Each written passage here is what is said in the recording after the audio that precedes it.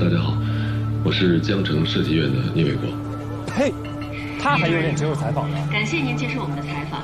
我们看到有些舆论说夏小兰毕竟是一个年轻的设计师，应该再给她一次机会。您为什么一定要把她告上法庭呢？这件事情关系到行业的风气，是原则问题。其实呢，我这么做也是想拉两个孩子一把，让他们少走弯路。你也懂的，现在的年轻人，尤其是这种年轻的女孩子，仗着自己漂亮年轻，想走一些捷径。可是大家有没有想过啊？成龙电子城这么大的一个项目，是怎么就会交到夏小兰这种并没有太多设计经验的年轻的女设计师手里的呢？我想再一次的重申啊，抄袭是绝对不可能的。面对这种不公平呢，我也顾不上什么清高了。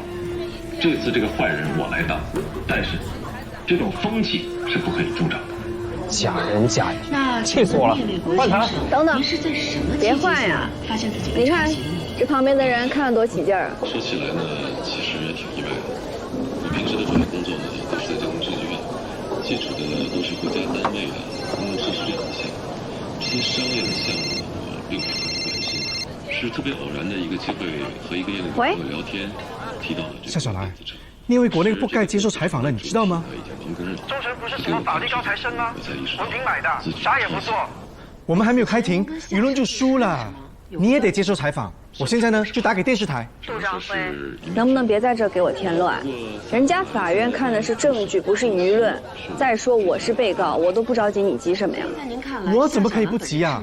再这样子搞下去，我电子城还没有开业，我名声都扫地了。喂，我全部的身价和性命都在里面的。他说的是我抄袭了他的建筑设计，和电子城经营没什么关系吧？再说了，你不觉得经过这一招，电子城的关注度反而更高了吗？也或许是夏小兰设计师有什么其他的，你不接受采访，别的过人之处，我可以接受吧？随便你，拜拜。感谢您接受我们的采访。后续呢，我们也会争取采访成龙电子城和夏小兰女士，让观众能对世界有更全面的了解。没事，是吧？夏总，之前周律师也说底稿的创作时间挺难确认的，那你说的那个办法可行吗？面对这种不公平，我想跟大家说，我们要勇于反抗，我们要相信我们的法律，我们要相信公道自在人心。聂卫国说的没错，要相信法律，公道自在人心，是吧？来尝一尝，这。以上就是我们对聂卫国的采访。关于该案件的进展，我们会持续报道。您看了吗？好，那我会把事情闹得。大家好，占用大家一点时间。这几天记者媒体对我的事很是关心，于是我为大家准备了一点小礼物。哦，忘了自我介绍，我就是本案的被告，来自启航设计事务所的夏小兰，很高兴认识大家。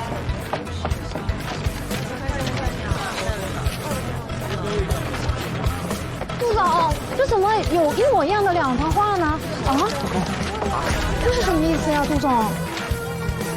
我也不知道，去，来，里面。这一看就是聂卫国的。小兰比这画的可好多了。王老师，您看，去年小兰画这个时候我见过。分一分，看一看。分一下，分一下。好了，是设计图啊，这是。设计图。但是我这个跟你们的不一样。哎，你看我这个。聂卫国同志忙着上电视节目，忙着向媒体诉说自己的不公平时，我当然也没有坐以待毙。但我不准备在电视上和他辩论。我认为设计师应该用别的办法来证明自己。到底是谁在说谎？谁侵占了谁的作品？自由法官判决。我认为建筑作品的鉴赏是没有门槛的，美不美是很直观的感受。现在你们拿到的就是我和聂卫国同志从业以来的所有作品。这些作品我特意没有标注作者的名字，就是想邀请大家玩一个游戏，猜一猜到底哪些是我的作品，哪些是聂卫国的作品。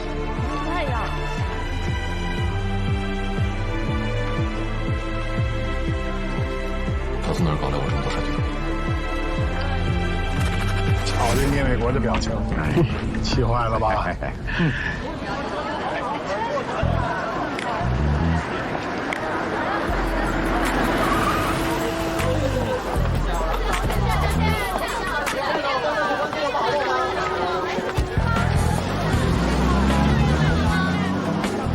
资料大家都已经收到了吧？马上就要开庭了，在此期间，大家可以好好看看这些资料，心里先给一个评分，给一个判断。等到时候判决结果出了，看看和你们想的是不是一样的。我相信，法院一定会给出一个公平公正的判断。也欢迎今天在座的每一个人一起来判断。今天每一个人都有发言权。看看这就是我的徒弟夏小兰，不服软不吃亏。回应一下吧。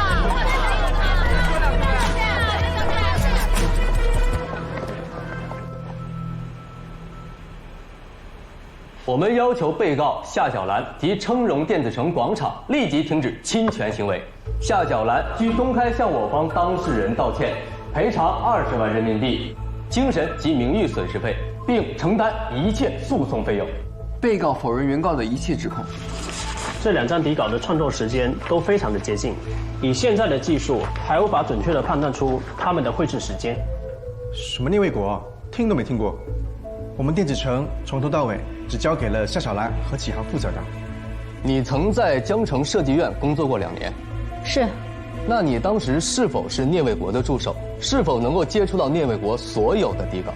是，但是我没有。你只需要回答是或不是。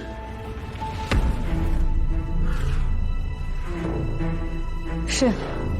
你与侯奇是大学校友，他是你介绍到启航的。是。据了解，你在介绍启航工作之时，侯奇尚未从江城设计事务所离职。你力邀他到这里，仅仅只是看中他的工作能力，还是原先的职位便利？你对他仅仅只是同学之一吗？我反对，这完全是原告律师的猜测。这个问题，证人可以不回答。被告夏小兰，侯奇是在电子城项目之前还是之后加入的启航设计事务所的？是在电子城项目之前。也就是说，您判断侯奇能否胜任启航的工作，主要是基于他从前的工作经验，也就是江城设计院的那份工作，是吗？是。那我们是不是可以合理的猜测，在当初为了展示侯奇工作能力的作品中，或许就有如今涉嫌抄袭的这幅作品呢？我不认为这有必然的联系。刚才鉴定人员也说了，现在的鉴定技术还不能够确定底稿创作的具体时间，那么我们是不是可以进一步合理的猜测，您正是利用了技术的局限，从而大胆地抄袭了侯奇向您提供的原告聂卫国的建筑设计呢？我反对对方律师的提问方式。对方律师的猜测看似有逻辑，但原点不对。以上推测都是基于聂卫国有能力设计出称荣电子城这样的作品，而这根本不可能。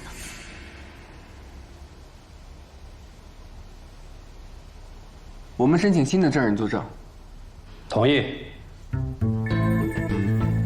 细节明显好很多，你看这抄都抄得不像一样。哎，你看这一看就是夏小兰了吧？你看这笔触，一看就是女性啊。哎，你看我这个这么简单，感觉我也能画出来啊。这2份一看就区别很大呀。哎，真是。吧？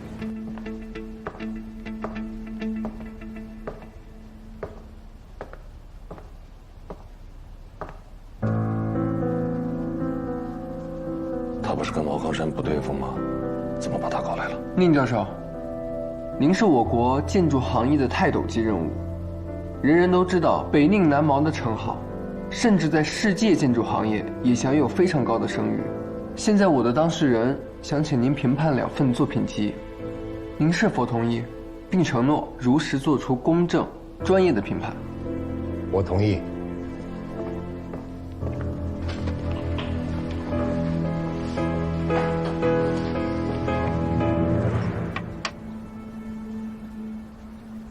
您赢了，承让。说这个聂卫国呀，虽然是个臭虫，但也做到了设计院副院长的位置了，在整个的建筑界，也就你我有资格对他进行评判。我呢是启航的顾问，自然得回避。所以今天呢，我舔着老脸请您出山。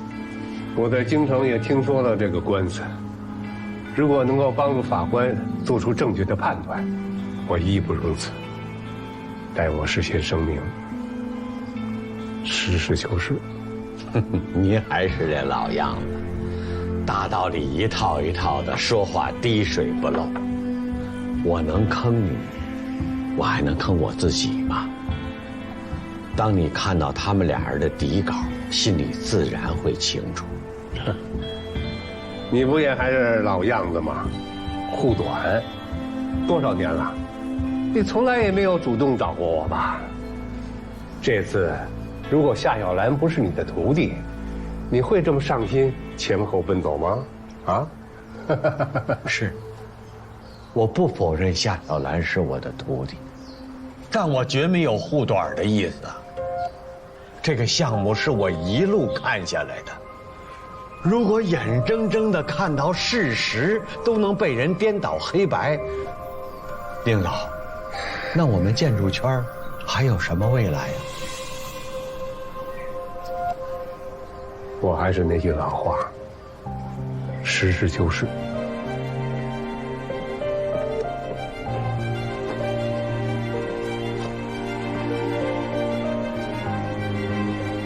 原告和被告，谁有能力原创出这样的作品？请您以一个专业者的身份做出判断。好，实事求是地讲，原稿和临摹稿在司法辩证手段上是很难准确分辨的，但是如果你有足够的专业经验，是完全可以做出精准的判断的。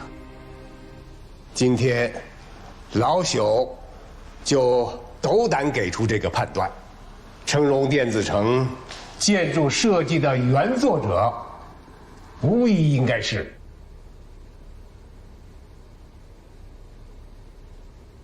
夏小兰。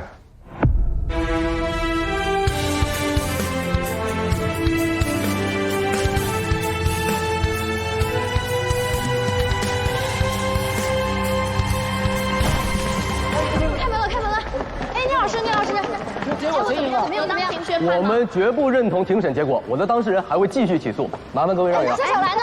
夏小兰呢？夏总，哎，夏总，结果怎么样？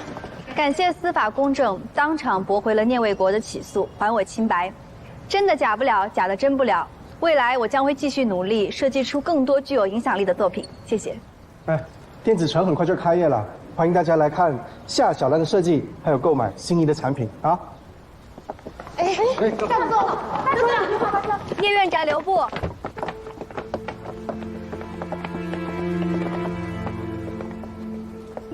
怎么了？还有事吗？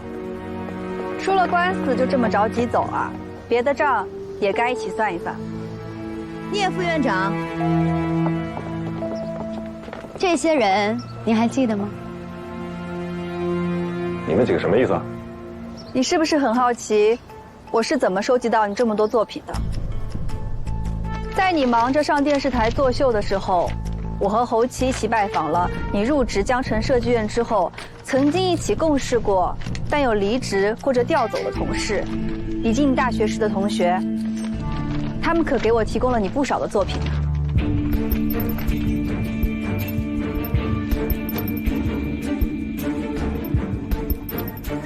夏总，没想到不只是我，还有这么多受害者。这个聂卫国，作威作福这么多年，可惜这次遇到我，不得让他脱层皮。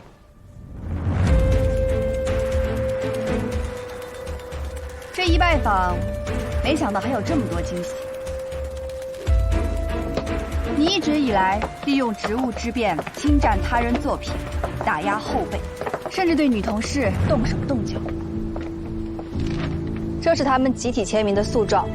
今天，我就要将你这个建筑圈的臭虫给揪出来。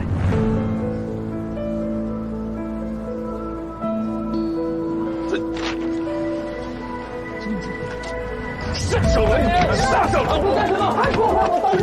下手吧！不能当人！下手吧！你更别动手！下手吧！我饶不了你！你以后在这个行业，你休想混下去，你知道吗？下手！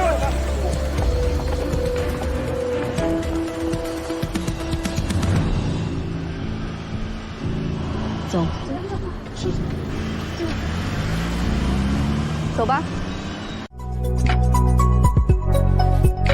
爱情。